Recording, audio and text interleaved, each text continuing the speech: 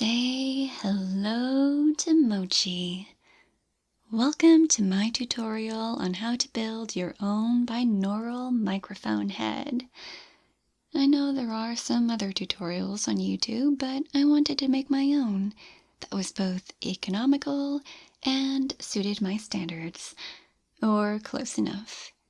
Most of this video will be voiced over using the microphone in its finished state, so you don't have to wait until the end of the video to hear how it sounds. But if you're only interested in certain parts, feel free to skip ahead using the provided timestamps. You will need a styrofoam head. I got this one from Sally's, and because it was damaged, I got a discount. I was going to cut it up anyway, so I didn't need it to be pretty. A drill for creating channels within the head for the microphone wires. Several drill bits that fit the diameter of your lavalier microphones. Something sharp. I used a bread knife, a steak knife, and a craft knife. A hacksaw would also work well. You can use whatever you have in your arsenal. 2 XLR lavalier microphones. A lot of other tutorials that I watched recommended using a microphone that plugs into the 3.5mm microphone jack, but these tend to produce a lot more white noise, and I wanted a clearer sound with XLR mics. You can use whatever you want, but I found these to be the most convenient since they're already wired to an XLR connector and the most economical. I also wanted these to be wired within the head and not externally like with the Roland earbuds. Plus, these microphones were cheaper. If you want to hear how these sound, skip ahead to the sound test. And most importantly, maybe, after the microphones, silicone ears. This styrofoam head doesn't have ears, so to start, I'm marking where the ears should go. They're about the same level as the eyes, so I'm using those as a guide. Instead of measuring tape, you could also use some string. Then I'm marking down the center of the head for where I'll cut, so I'll have a guideline and it'll look a little cleaner. If you want the face intact, you could also cut up the back top quarter, but I don't need this to be pretty. Once that's marked up, I'm using the 7/8 of an inch drill bit to make a hole at the base of the head for the XLR connectors to exit out of. If you're going to cut the head in half, you don't need the exit hole to be this wide, just wide enough for the wires.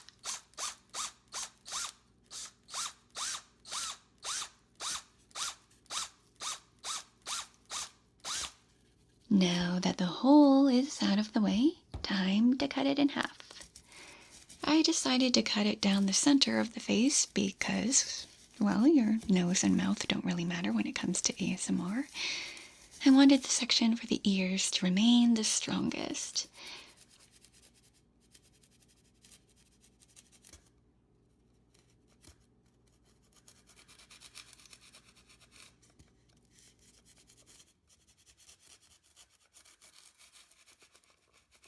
This cutting process might take a while, and you'll get lots of tiny styrofoam balls everywhere. I had a vacuum handy because I have a cat, and I didn't want her snorting that up.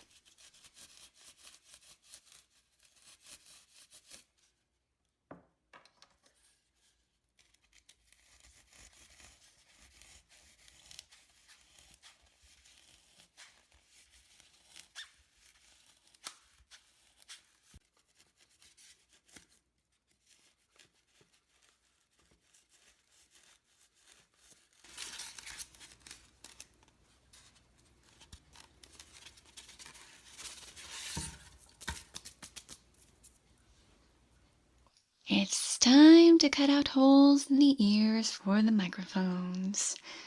So I wouldn't damage any part of the ear shape, I pushed an awl through the ear canal so that I could use that as a guide for the backside.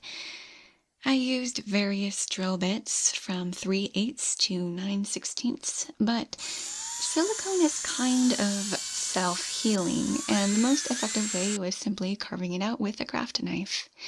You could also punch it with a tiny sharp metal tube and test if it was snug yet wide enough for the lavaliers.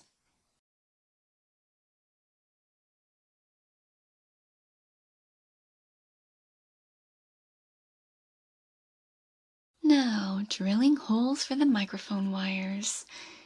I used the 3/8 of an inch drill bit here, which is slightly larger than the 1/4 of an inch lavalier microphones. I wanted enough space to push the mic through easily, but not so much that the wires would rattle around. Use the holes in the silicone ears to determine where to drill the holes into the head.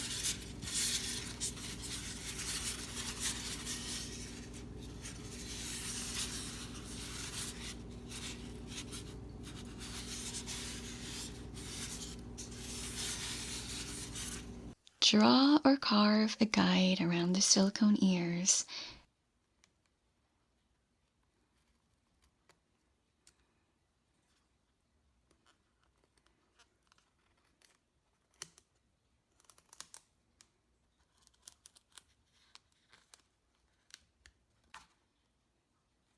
You don't want to carve the holes in too deep because you don't want the ears to sink in too deep.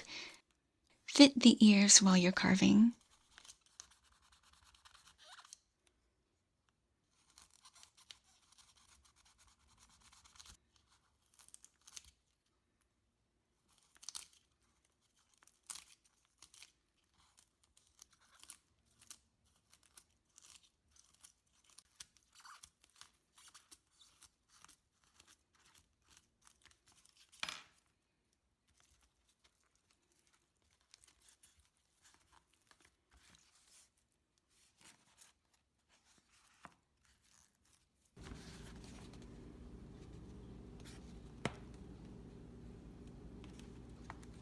Now that the pieces are separated, it's time to seal up the inside to prevent little white balls from falling everywhere. I used Mod Podge.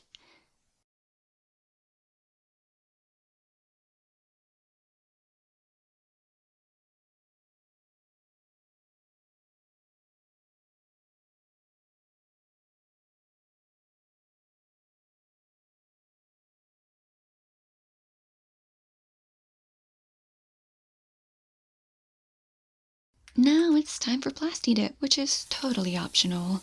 I chose to do this because it'll help cover the dimples of Styrofoam, and I hoped the rubber would create a more realistic, skin-like sound compared to the dry, very lightweight Styrofoam, but not really.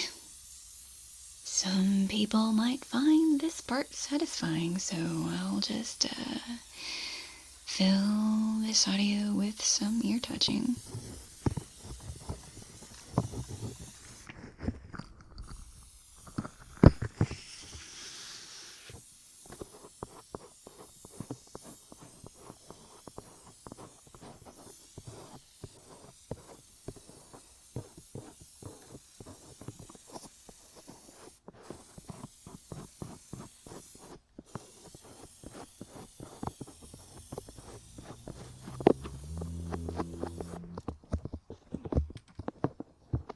Now it's time to assemble.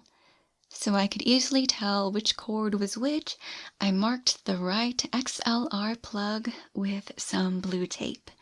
From the inside of the head, thread the microphone through the ear canal to the outside, and then stick that into the back side of the ears.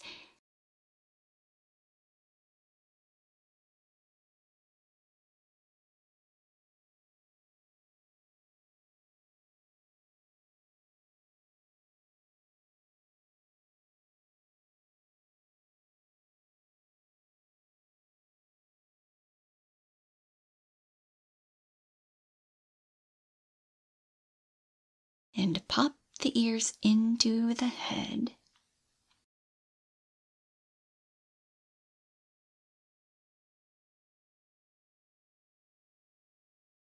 Now it's time for you to decide how you'd like to put the pieces back together.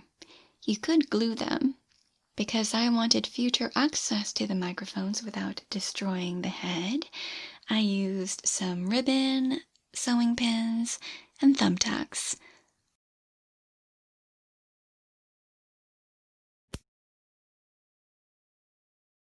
Pin these in place in key areas and we're good to go.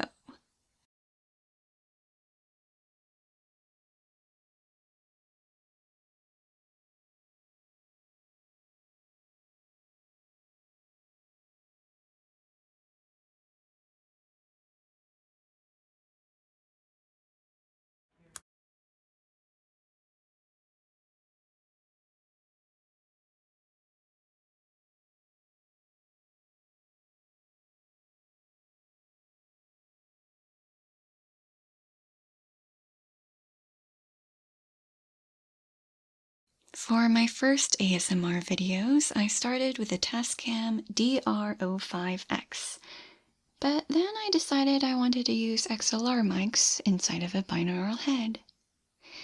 Because I like the usage of the DR05X so much, I tried the Tascam DR40X, but this created a lot of hiss. Then I opted for the Tascam DR60D Mark II because I could place it right beneath the head and it doesn't add as much hiss as the DR40. Also, I ended up returning the 4.5mm lavaliers because I really didn't need them that long. So I spent over $500 on different models and faulty devices. I got all of that refunded, of course, but yeah. Here are a few sound tests. This is a recording through my regular voice acting microphone, the AKG Perception 420, plugged into the Scarlett 2i2. These are the Comica lavalier microphones, plugged into my Scarlett 2i2. This is a recording of the Comica lavalier microphones plugged into the Tascam DR40X. Here is a test recording directly into the Tascam DR40X using the internal stereo microphones and a windscreen. This is a test with the Comica lavalier microphones inside the silicone ears hooked up to the Tascam DR60D. Again, the AKG Perception 420 through the Scarlett 2i2. Unfortunately, these do not allow for stereo recording, even though the Scarlett does allow for 2-line recordings. Because I am recording in Audacity because it is free and I am cheap. Again, the Comica lavalier microphones through the Tascam DR40X. Again, here is a test recording directly into the Tascam DR40X using the internal stereo microphones. You can really tell the difference with the binaural effect with this setup.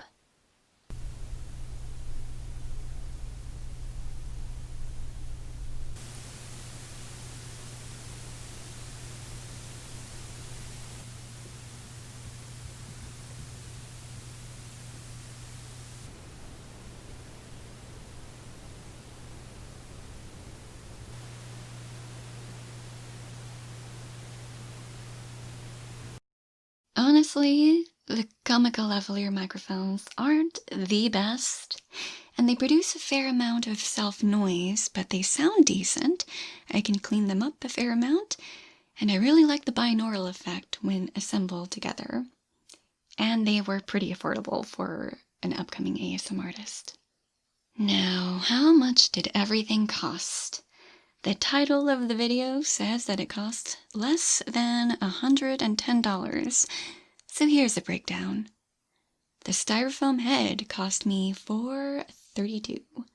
They usually range from about $5 to $10. The silicone ears cost me $32.40. The two microphones cost $65.77. In total, that cost me $102.49 for the essentials.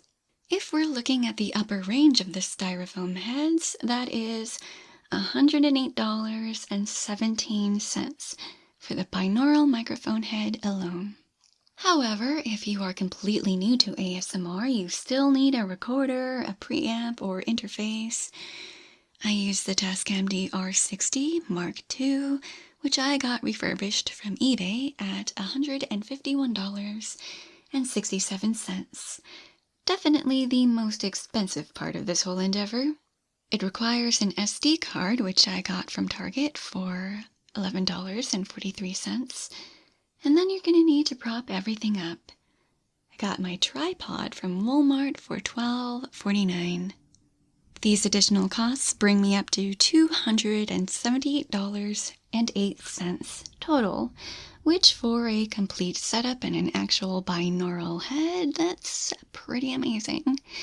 To compare, the Neumann KU-100 costs $8,400.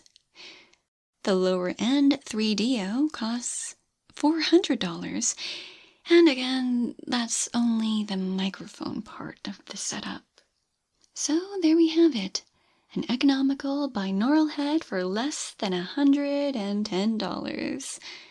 If you would like to hear more of this sound in an actual ASMR video, I read the entirety of The Nutcracker and The Little Prince on my channel. And if you haven't already, I would also appreciate it if you subscribed. Thanks. I'll put Amazon affiliate links to comparable items used in this video. If you liked this video and want to build your own, please use these links. It'll help me a lot. If I've inspired you to build your own binaural head, great. If you have any questions about my process, feel free to leave me a question in the comments below. If you've already made your own binaural microphone head, let me know in the comments. I'd love to hear your results. Thanks so much for watching. Bye-bye, tea cozies.